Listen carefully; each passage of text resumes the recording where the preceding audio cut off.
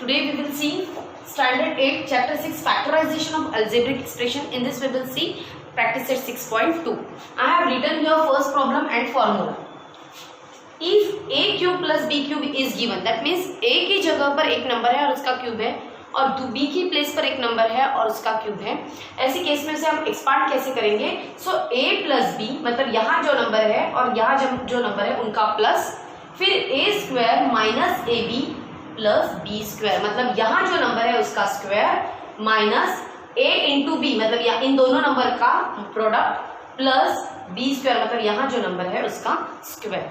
तो I have written here this first problem x cube plus 64 y cube. अब student क्या होता है एक्चुअली, ये जो b क्यूब लिखा है या a क्यूब लिखा है ये इस पूरे नंबर के लिए क्यूब होता है, पर हमारे यहाँ प्रॉब्लम देखो आप 64 y क्यूब लिखा है. इसका मतलब क्या हुआ कि जो क्यूब लिखा है वो केवल y के लिए है. तो b नंबर ये पूरा है लेकिन क्यूब केवल y के लिए लगाया, तो इसे हमें थोड़ा चेंज करना पड़ेगा. कैसे करेंगे? इस तरीके से कर सकते हैं.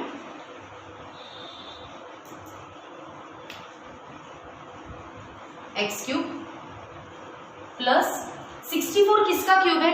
4 का क्यूब है, तो मैं लिखूंगी 4y होल क्यूब. अभी आ गया a के लिए भी क्यूब आ गया, पर ये b नंबर पे 64 y क्यूब था मतलब क्यूब सिर्फ y के लिए था. अब ये जो क्यूब है ये इस पूरी प्लेस के लिए लग गया मतलब 4y क्यूब आएगा. क्लियर हुआ? ये किसका क्यूब है वो आपको ढूंढना बहुत जरूरी है. अगर ये ब्रैकेट में दिया होता तो इसका मतलब इस तरीके से ब्रैकेट में 64 y क्यूब लिखा होता तो हम उसे मतलब वो क्यूब हम पूरे b नंबर के लिए कंसीडर करते, पर इस तरीके से दिया है बिना ब्रैकेट के. इसका मतलब क्या है, तो हमें इसका क्यूब रूट निकालना होगा, वो है 4. क्लियर? 4 इंटू 4 इंटू 4 4 जा 16 16 4 जा 64. क्लियर हुआ? अब हम क्या करेंगे, इस a की जगह पर x लिखेंगे, b की जगह पर हम ये वाली लिखेंगे. ओके, तो इससे मैं सॉल्व करूंगी. x cube plus 4y cube is equal to, अब जहां जहां a और आएगा वहां वहां मुझे x लिखना होगा, जहां जहां b आएगा मुझे वहां 4y लिखना होगा. क्लियर?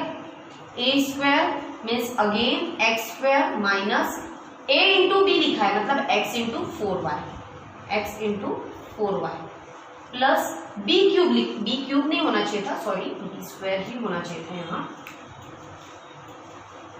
सो b स्क्वायर की जगह पर आएगा 4y होल स्क्वायर, है ना, क्योंकि पूरा नंबर को स्क्वायर है. अगर मैं यहाँ ब्रैकेट ना लगाती तो ये इसका मतलब क्या बन जाता, केवल y के लिए स्क्वायर है, इसलिए मुझे ब्रैकेट लगाना बहुत जरूरी है. क्लियर हुआ स्टूडेंट? मुझे यहाँ इस तरीके से स्क्वायर ब्रैकेट लगाना होगा क्योंकि दो ब्रैकेट आ गए. क्लियर? अब मैं क्या कर सकती हूँ, x प्लस 4y को एज इट इज लिखूंगी क्योंकि इसे मैं सॉल्व नहीं कर सकती, ये अलग अलग वेरिएबल्स है.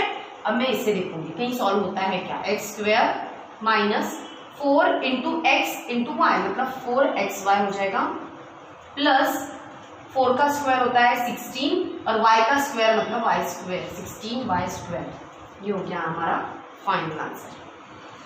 ओके स्टूडेंट, तो यही हमारा फाइनल आंसर है. आप इसे फिर ब्लॉक कर सकते हैं. अब चलते हैं नेक्स्ट प्रॉब्लम पे. So students, this is your second problem. Here it is given 125 p cube मतलब ये p क्यूब जो है ये केवल p के लिए अप्लाई हुआ है ना, ब्रैकेट में नहीं लिखा है इन्होंने. तो हम क्या कर सकते हैं, इसका क्यूब रूट हमें निकालना होगा. वो क्या है, 5 है ना. 5 5 जा 25, 25 5 जा 125, ऐसा हो सकता है. 5 5 जा 25, 25 5 जा 125, इसलिए आएगा 5p होल क्यूब. क्लियर? मतलब अब ये जो क्यूब है ये दोनों के लिए अप्लाई हो गया, प्लस क्यूब. ओके स्टूडेंट, अब मैं क्या करूंगी, इस पूरे a b की जगह पर ये दोनों वैल्यूज पुट करते जाऊंगी. a की जगह मुझे 5p पुट करना है, q की जगह b की जगह मुझे q पुट करना है. ओके, सो 5p प्लस b की प्लेस पर आएगा q, यहाँ पर भी 5p ही लिखूंगी. ओके स्टूडेंट,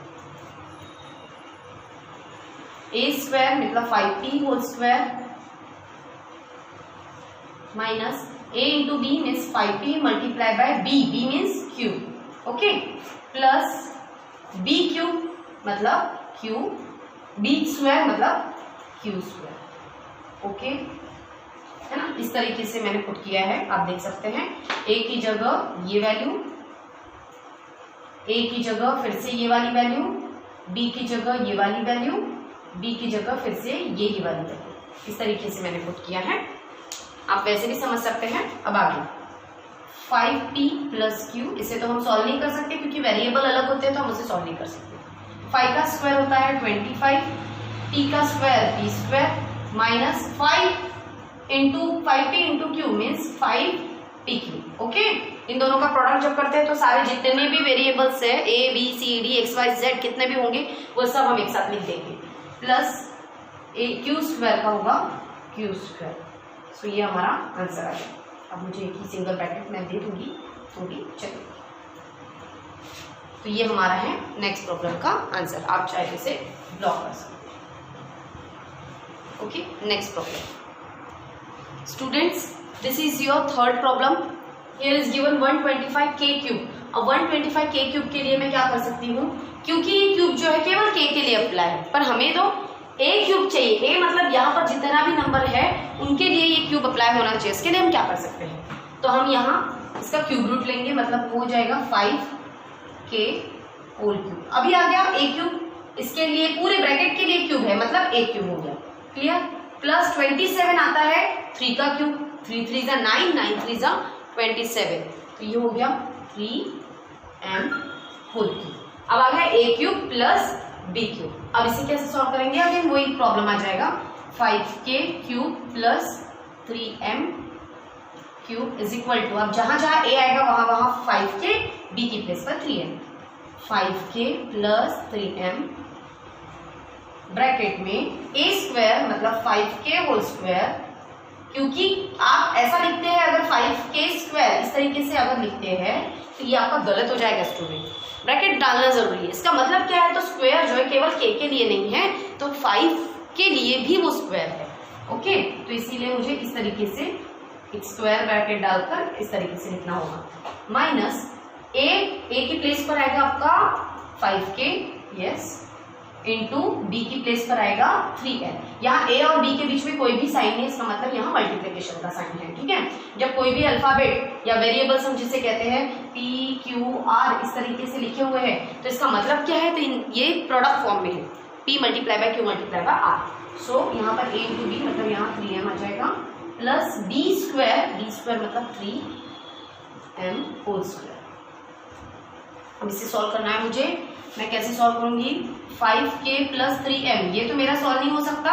ये कब सॉल्व हो सकता था, अगर 5k लिखा है यहाँ 3k लिखा है तब हम सॉल्व कर सकते थे। 5 प्लस 3 8k, पर अभी यहाँ वेरिएबल्स अलग है तो नहीं कर सकते। Again 5 square means 25, k square, k का स्क्वायर k स्क्वायर, माइनस 5 3 जा 15, देन km। ओके, जो भी वेरिएबल्स होते हैं कंटिन्यू लिख लेते हैं हम, प्लस 3 का स्क्वायर होता है 9m स्क्वायर।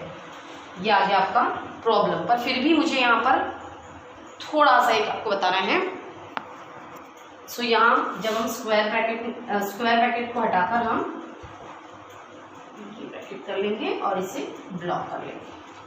आंसर आता है तो आप शो करिए कि ये आंसर है ब्लॉक करके। ठीक है, तो ये हो गया third problem, this is correct. अब नेक्स्ट चलते हैं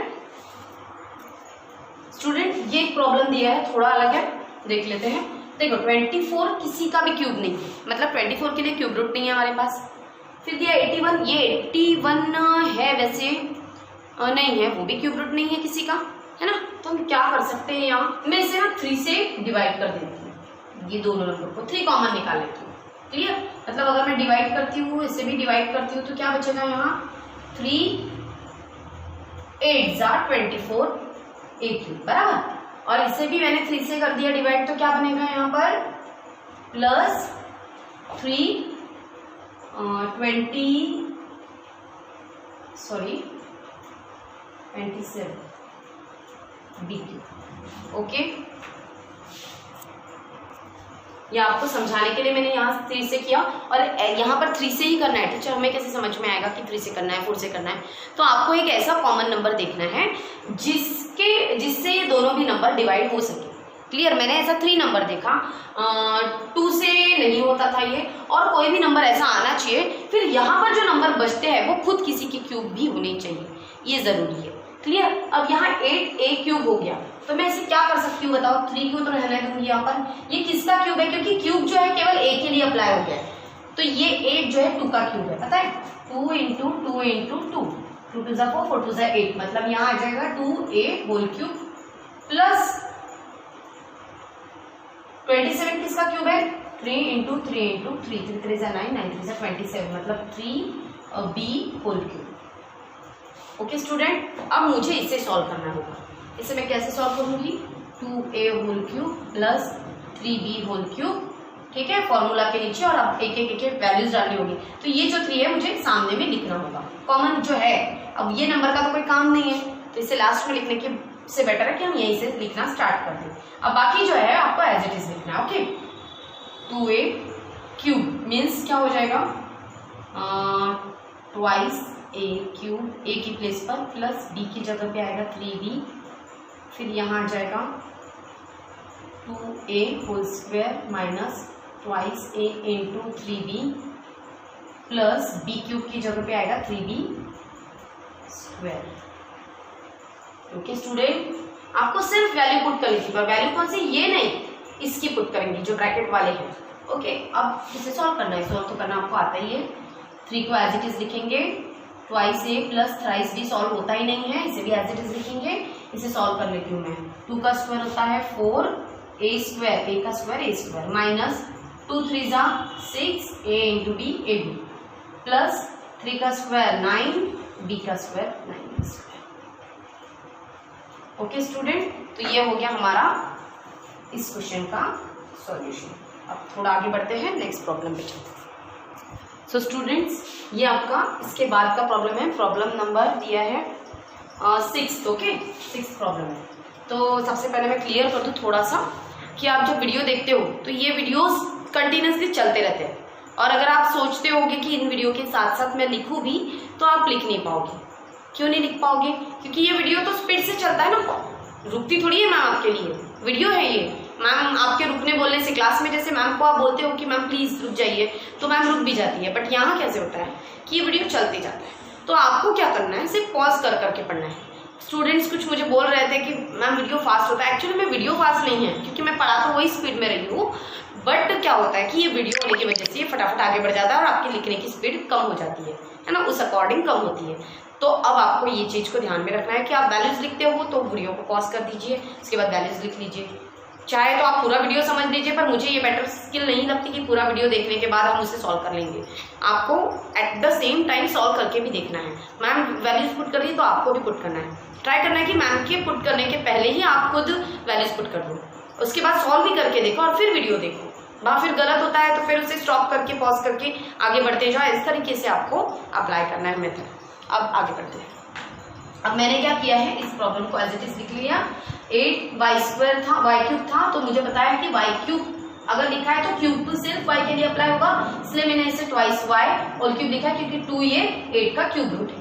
क्लियर, यहाँ फॉर्मूला लिखा हुआ था, वैल्यूज भी मैंने पुट कर दी, a की जगह पे y डाला है और जहां जहां b लिखा वहां मैंने 1/2y डाला है। ओके, ये पूरा मैंने क्लियर किया। अब आगे बढ़ते हैं इसे, y प्लस 1/2y। ओके, अब इसे मुझे सॉल्व करना है, मैं ब्रैकेट भी सिंगल ब्रैकेट ले लूंगी। इसके बाद है y स्क्वायर का y स्क्वायर ही होगा माइनस, अब आप देखिए स्टूडेंट, ये y और ये y तो कट जाएगा, तो यहाँ क्या बचा, 1/2 बचा। ओके, प्लस 1 का स्क्वायर होता है 1, 2 का स्क्वायर होता है 4, y का स्क्वायर होता है y स्क्वायर। सो ये हो गया हमारा इस प्रॉब्लम का सॉल्यूशन। ओके, यहाँ मल्टीप्लिकेशन था इसीलिए ये कटा। आप सोचेंगे टीचर यहाँ क्यों नहीं कट हो रहा, बिकॉज यहाँ पर प्लस का साइन है, यहाँ नहीं कट होगा वो, है ना। जब मल्टीप्लिकेशन होता है तब हम कट करते हैं।